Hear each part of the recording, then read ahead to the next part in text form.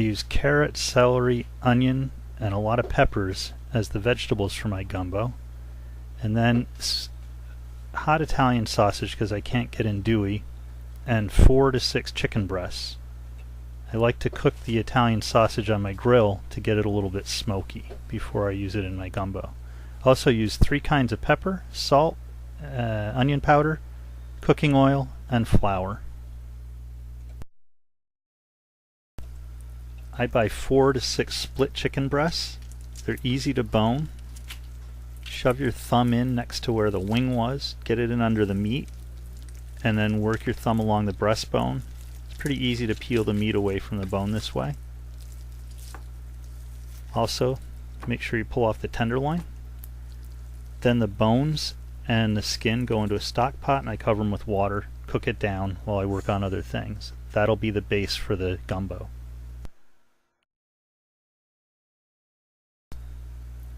There's a tendon running down the middle of the tenderloin. You can usually scrape the meat off of that if you get a good grip on it. I also check over the breast meat and cut off any little pieces that I really don't want to eat. I have 3/4 cup of flour in a bag. I'm adding about a teaspoon of salt, a teaspoon of onion powder, a teaspoon of black pepper, a teaspoon of white pepper, and about a teaspoon of cayenne pepper. And I gather up the top of the bag and shake it to distribute the seasonings all through the flour.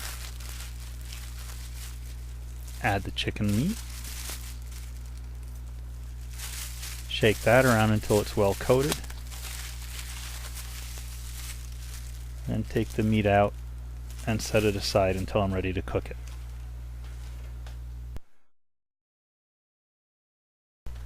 Use a pan that doesn't have a nonstick surface.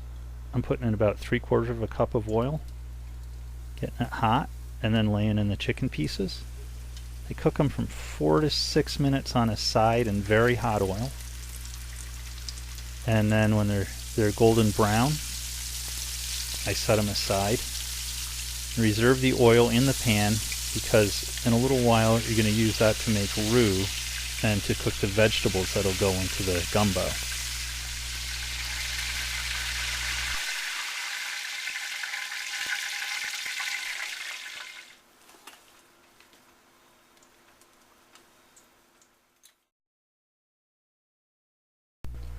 I use a different mix of vegetables every time I make gumbo.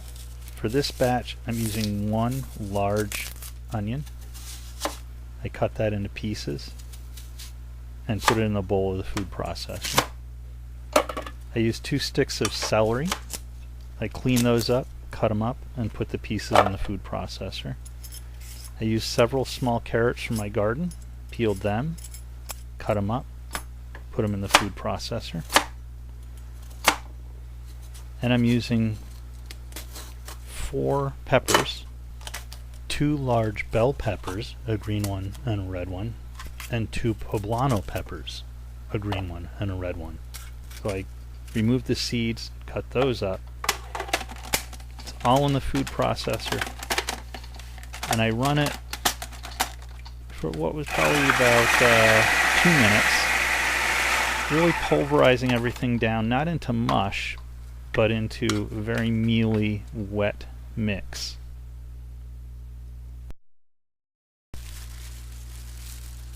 There's about 3/4 cup of oil in the pan.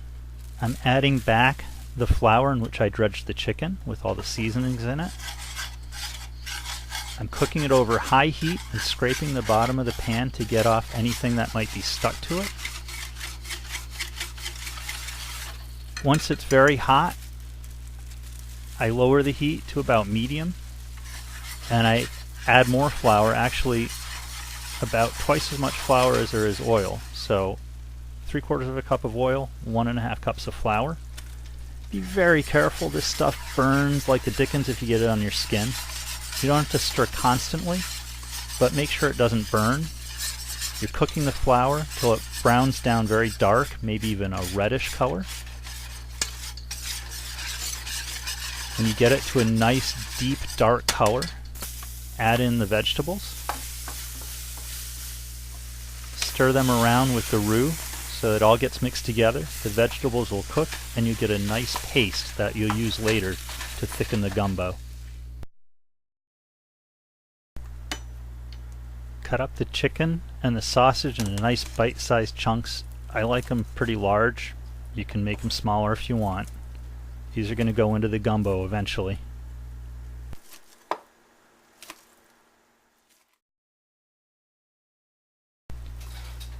Strain off the stock from the chicken bones that you prepared earlier and get it hot. Shooting for 3 quarts to a gallon of stock. While it's boiling, add in the roux and vegetable mixture and stir it in well. It should thicken as you add it. Once you got all that in there, add the chicken parts and the sausage and let it cook for a few minutes so all the flavors kind of blend together.